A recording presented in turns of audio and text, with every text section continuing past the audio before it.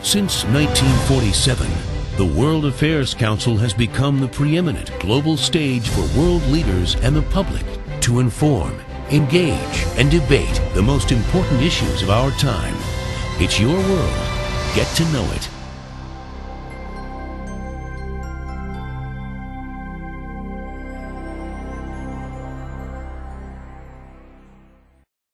First of all, I'd like to say that it's a big privilege for me to be able to speak with that interesting group of people who are interested in us.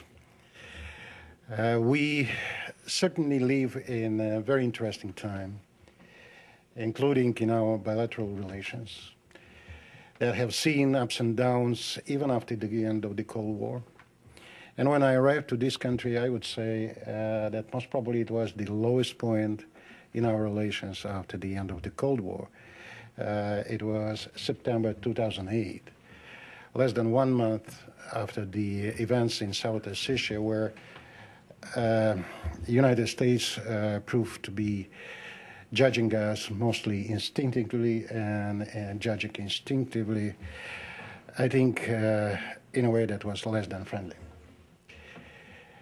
The problem is that at that time, as far as I remember, my first encounters with American counterparts, nobody even knew, well, the events that occurred in Asia, but the judgment was passed.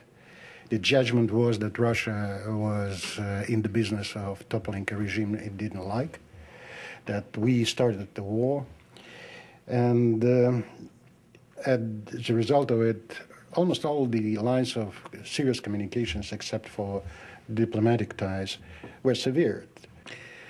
Most probably one biggest problem in our relations is that we sometimes look at each other through old stereotypes.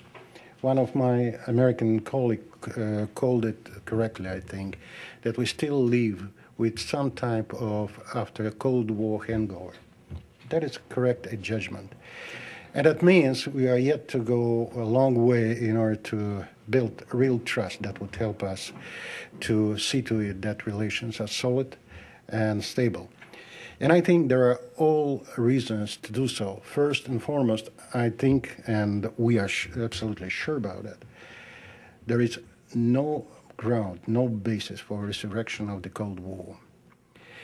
And we are as market economy as you are, the difference being we are only 18 years old in market economy, and the United States is 200 something more. We are a young market economy with a younger democracy than yours, but I think as proud as our achievement as maybe you are of yours, and sometimes even more, because what Russia have gone through since the end of the Soviet Union was something absolutely unbelievable. Nobody in history made such a transition. We do sometimes spectacular things. You remember the space station that flies over our heads, it's a joint project. It's a joint project between Russia and the United States, EU, Canada, and Japan. But it were Russia and the United States that were able to lift the station, to help assemble it on the orbit. And when you are experiencing problems with shuttle program, we are going to support it with our space launchers for the benefit of the US space program, Russian space program, and the Europeans.